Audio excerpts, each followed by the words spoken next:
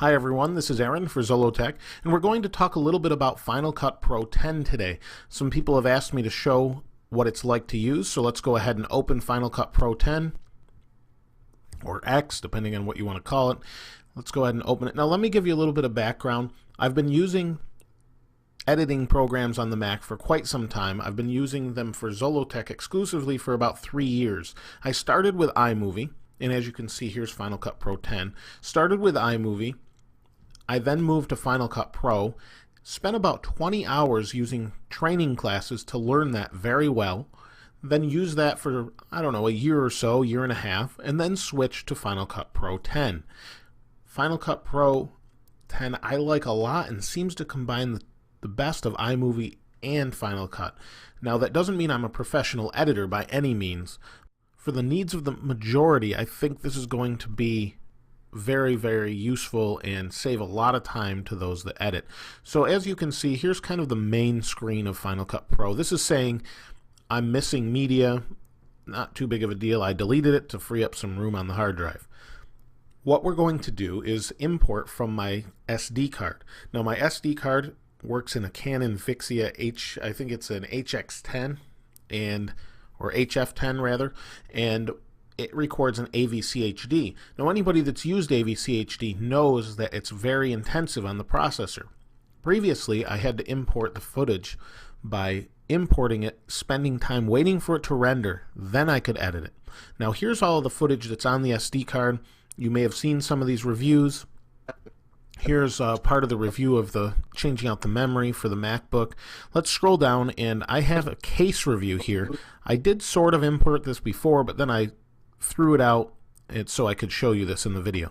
So this is a case that I haven't yet reviewed. What I'll do is hold Command, click both of these, and click Import. It's going to ask me if I want to create a new event. I do. This is actually a case by Rivet. And we'll do that.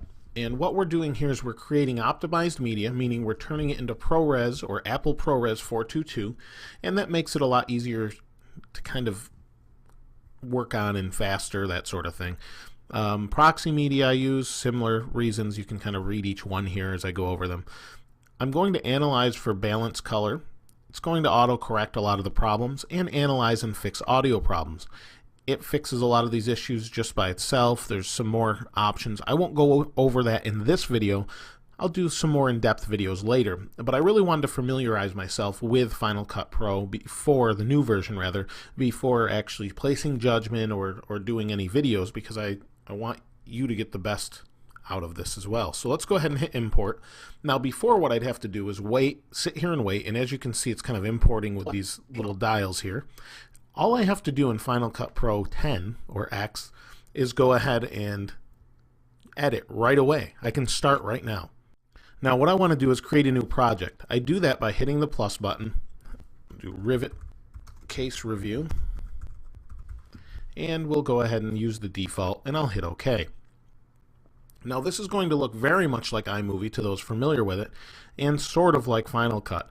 But what you're going to do here is skim over what you want, similar to iMovie, but you can set in and out points. So if I want to set an in point here, I just hit I, or I can click and drag. Either one works the same, but I can set in here, scroll here, hit O for out, and we've got in and out points just like the previous version. So like I said, that's why I say it's combined. Now what we're going to do is, just for the sake of the video, I'll select this here. I'll drag it down to the timeline. Now this is called the magnetic timeline, and the reason for that is everything sticks together. And I'll show you a quick demonstration. If I hit B for blade, and these are our tools here, similar tools to before, trim, blade, select, that sort of thing. And we'll hit B for blade. I'll cut the clip here, cut it here. Then I'll go back to A for an arrow, select it. If I want to get rid of it, I hit delete, and you can see the timeline snap together.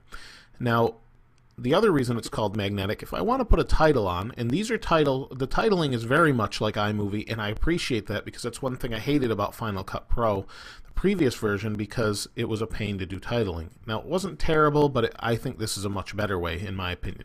So let's say we want to put this title here. Now this orange here means that it needs to render, but it doesn't mean you can't use it, it just means it needs to be rendered. You can check your status of that right here. You can see that little spinning dial. If I tap on it, it shows what's going on. Transcoding and analysis, all that stuff is in the background now, so you really don't need to pay too much attention to that. We'll go here, and what we can do is edit this. We can have some options there, but I want to edit the title itself. If I click in here, let's just say Zollotech, and that's it. Now a lot of people said you can't put another title on top of this. That's absolutely not true. If I want to put another transition or title right over the top, I can do that. You can see it says title, and both of them are on the screen at the same time. You can do that up to, I think, 7 or 8 times if you want, and you can put layer upon layer of video, the same thing, it's just done a little bit differently. So let me give you an example of why this is a magnetic timeline. As you can see, I've got 2 clips here, and these have titles on them. If I want to move those in the previous version, I could move the clip, but then I'd have to move the titles around and everything. Now I just simply click the clip, everything moves with it, it slides to the front, and this slides here. If I wanted to put another piece of footage in between them, I simply go here, everything slides out of the way, but stays together and is in the middle. So it's really handy for me, and I'll go ahead and zoom back into the footage by using this slider here. And it's really handy for me because when I want to move titles around, especially when doing camera comparison videos or phone comparison videos, sometimes I have multiple things that don't fit at the right spot, so I'll move them around. But let me show you transitions. So that's how I would edit. You drag, drop, throw the titles on. We'll put this back at the front here. Throw the titles on, and we want to transition between here. Well, there's a couple ways we can do that. We can do that quickly by holding Command T, or hitting Command T, and now we've got a transition over the edge. And it seems to hold it pretty well, particularly you can see it transitioned there to the next clip. Not very clean transition, but this is just for example purposes. Over here we have our transitions. We have a bunch of different ones. Now you may have seen this one, and it will give a preview of each as you scrub over the transition. I've used this for the intro to the video quite a bit. It's called Clone Spin. You can do Cube, I've used that as well.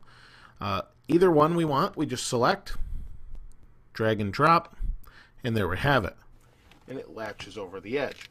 And it seems to hold it pretty well. Now it's going to be slow the first time because it has to render it, but if we go back over it, and it latches over the edge. And it seems to hold it pretty well. You can see it speeds up. This will speed up over time, and eventually it'll be just fine once you export it. Now, one thing you may want to do is fix the audio in the transition, which I do a lot. To do that, I right-click and I expand the audio and video. And it drops the audio down here because I might want the audio to come in at a different point or use different points. And I just do that by clicking and dragging. It totally leaves the video unaffected, and I can just drag and move the video. If I want to put the audio here and start fading it in here, I can do that. But if I want to bring it here and then fade it in, we've got this little slider here, and now it will fade in the case, and we'll snug it down, and it latches over the edge. And you can hear I'm talking in both, but you get the idea, I think, of what I'm trying to show you, is that it's really nice to just quickly edit and fix this. Now, if I want to fix the clip, all of my options are up here in the inspector. If I want to balance the color, I just click the button. Yep. There we go. It will auto balance the color. If I want to match this clip to this clip, I can do that also. When you have multiple cameras, this is helpful. Match it, and it says, okay, well, select what you want to match. I want to match this. Apply match. Colors are matched now between the two clips. It auto color matches the clips. They look the same, and everything is happy there. You can also adjust the audio, and the audio is a little bit different. Before I would normalize all the audio. Now it kind of does the same thing but in a different way. So here you can see there's configuration. I can do mono, stereo. I could also change it to surround if I had surround microphones all over the place, or however I wanted to do it. What we can do here is change loudness, remove background noise, hum frequency, or auto enhance. It says noise reduced, hum removed, loudness. It fixes all the audio. On the side you have your volume, and you can hear that and it's not fixed that well, and sometimes you have to play around with it, but the idea is that it will do it by itself, and a lot of the time it does a great job until the hum removal is on there. If you put too much of that or background noise removal, kind of sounds a little weird, but overall I think it does a pretty good job. But basically that's how I would edit. I would basically drag, drop, throw a couple transitions, set up those transitions, maybe color adjust a little bit, and then throw a title on there. It's really easy, and once I'm done, all I'll do is hit share, not export audio, I want to export movie. Cancel that. Share, export movie. Now I don't use compressor because I really don't have a need to do all sorts of different things as far as that goes. I'm going to change this to H.264. When I'm done with it, I don't want it to do anything. I'll hit next, and then I'll change it to where I want to save it. In this case it would be the desktop. I hit save. It will export using all of the cores of your processor.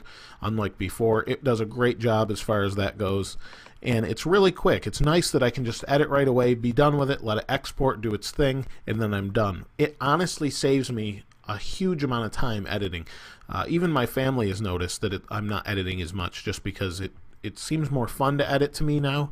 The Final Cut Pros of the past have a lot of quirks. This has some quirks. It needs some updates here and there. There are some issues with it as far as stability. I've had it crash a few times, but not very often. Nothing like some of the reviews I've read. In the month or so that I've used it, it's been pretty good. I think it's really quite a nice Final Cut. I understand it doesn't have certain features that some people want, but for me and most people that are doing what I want with maybe a couple cameras, it should be just fine. I know someone else that's using it that also loves it as well. Either way, thanks for watching. This is Aaron. I'll see you next time.